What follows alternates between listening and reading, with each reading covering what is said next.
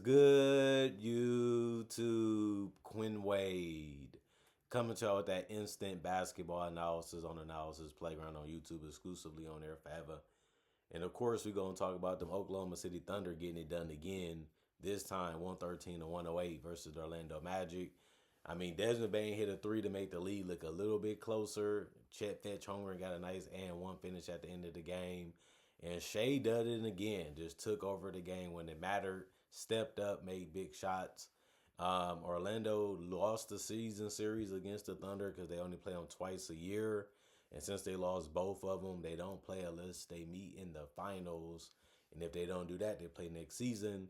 The Magic go to 38 and 30 and 22 and 13 at home. The Thunder go to 54 and 15 and 25 and 8 on the road. OKC won the first quarter 26 to 22. They lost the third quarter 28 to 25. They won the third quarter 34 to 29, but lost the fourth quarter 29 to 28. So this game was a lot closer, and Orlando did lead a lot of this game. So Orlando was hanging in there with them, and it's tough to do that with the Thunder. They got good defenders. They got guys that can really play good defense in the interior too, like Hardenstein and obviously Chet Fetch Hungry. But they found a way to win it, and that's all that matters. But it wasn't the greatest win for them, and they probably wanted to be a little bit more of a cushion, but it didn't really happen in this one, really.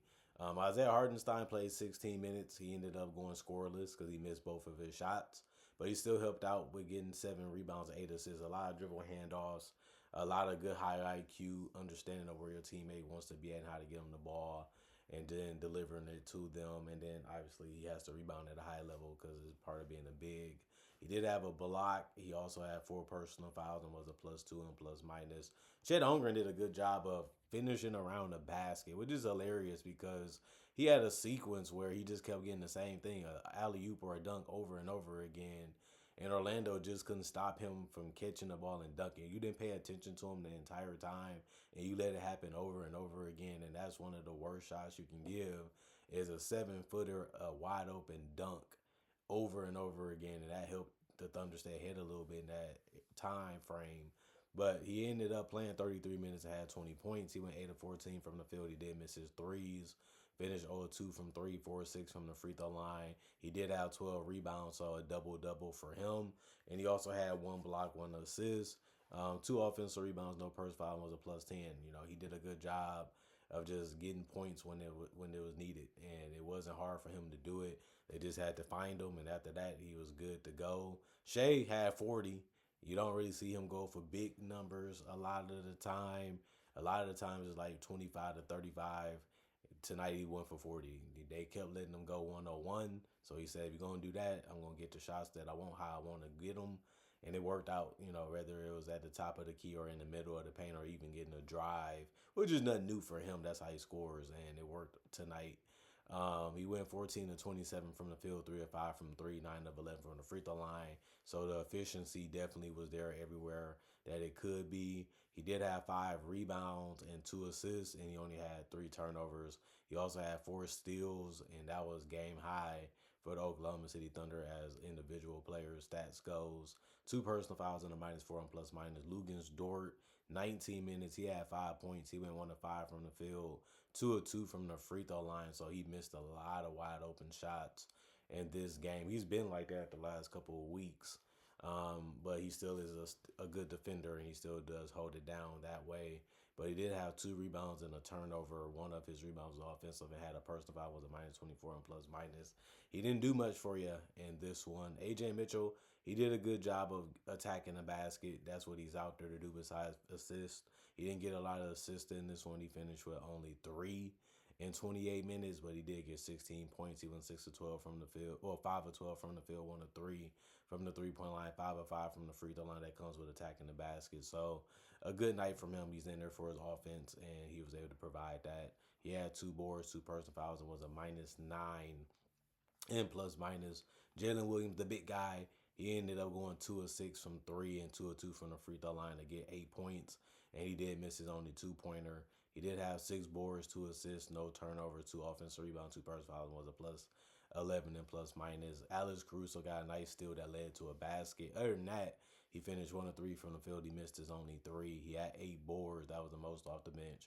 He had 1 assist, 1 turnover, and 2 steals. The 2 steals was the most off the bench. He had 2 offensive rebounds, 2 personal fouls, and was a plus 19 in plus minus. Isaiah Joe, 22 minutes, 5 points. He was 2 of 5 from the field, 1 of 3 from the 3 point line. He had 4 rebounds, no turnovers, and a steal.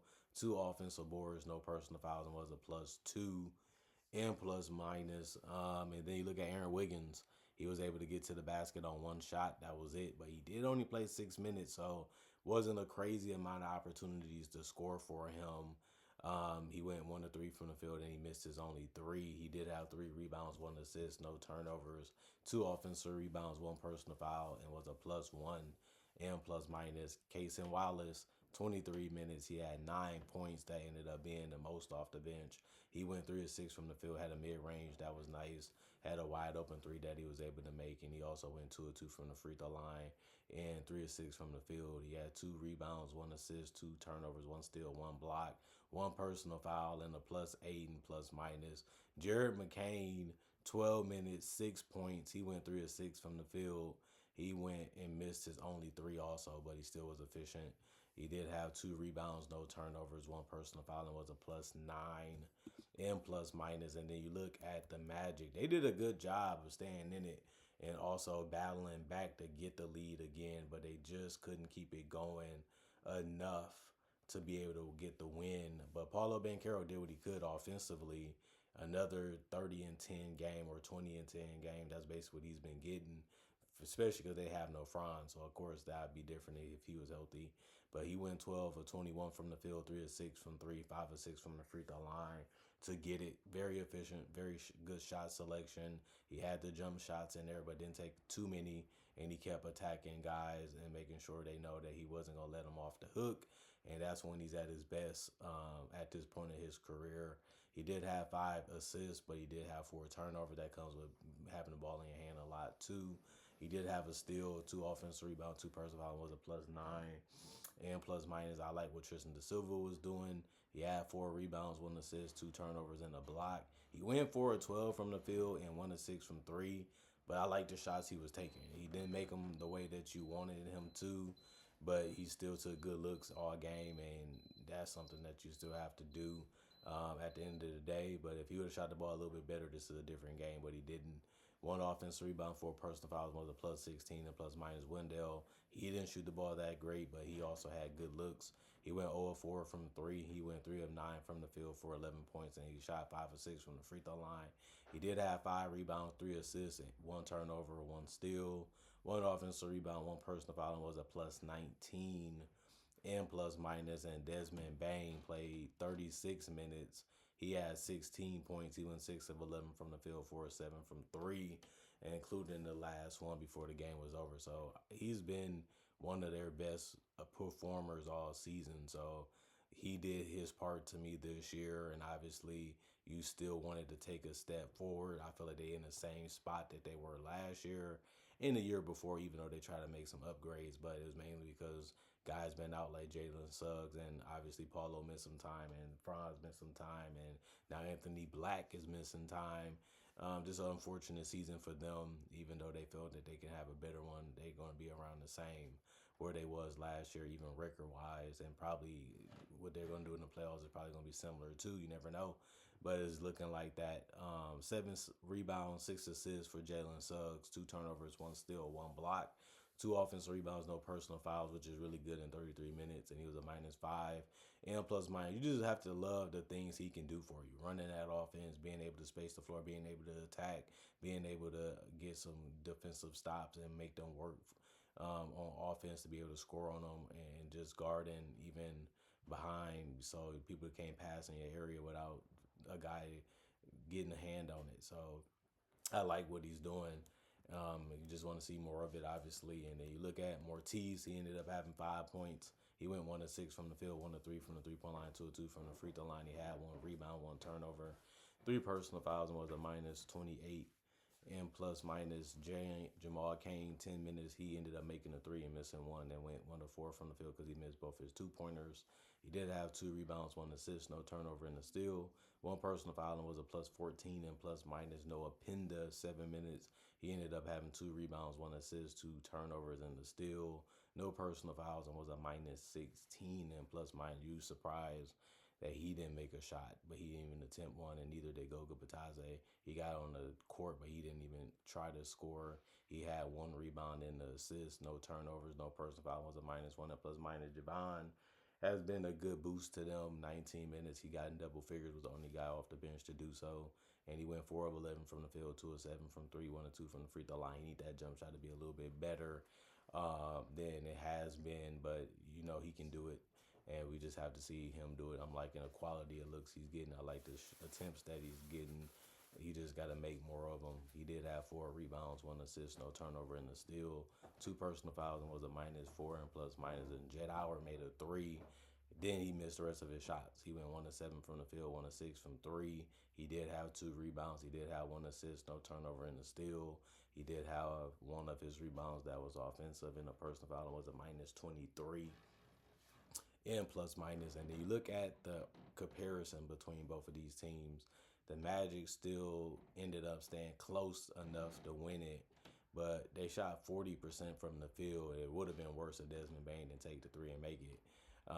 And then the Thunder, 44%. They didn't shoot it that much better, but they also took 3 less shots than the Magic. And then the Magic shot 53s and they shot 34%, while the Thunder only took 29 and they shot 31%, which isn't that great either.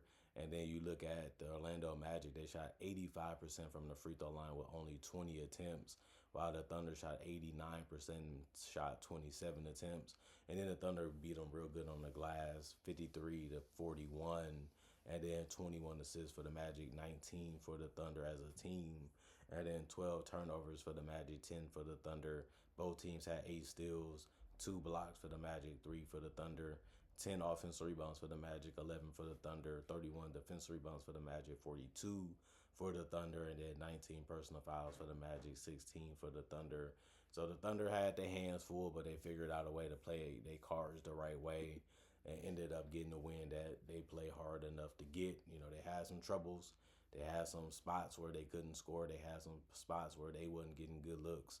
And then obviously their all-star pair of Chet and Shea stepped up, and they was able to get them over the top and help them win. And then, of course, some help from Caruso and other guys getting steals and deflections and making timely baskets ended up helping them barely get a win over the Magic. So I like this game. I like what I seen from both teams, and it was very exciting and very interesting to see and watch. And I learned a lot from both of these teams, but I've been watching them all year, so I was expecting the Magic probably to lose by more, but it's good to see them still stay in it and still try to continue to stick to their game plan and stick to their style to see if it was going to come out on top. And like I said, they was winning a lot of this game. So a lot of the things that they was trying, a lot of things that they was doing was working. It just didn't work enough for them to win. And the Thunder always get games like this where they just say, we got to win. That's what Shea always said. It was this, it was this, it was this. But as long as we got to win, as long as we won the game. And this was another one of them games where it could have went either way. But they figured it out. They got it done, and they won the game.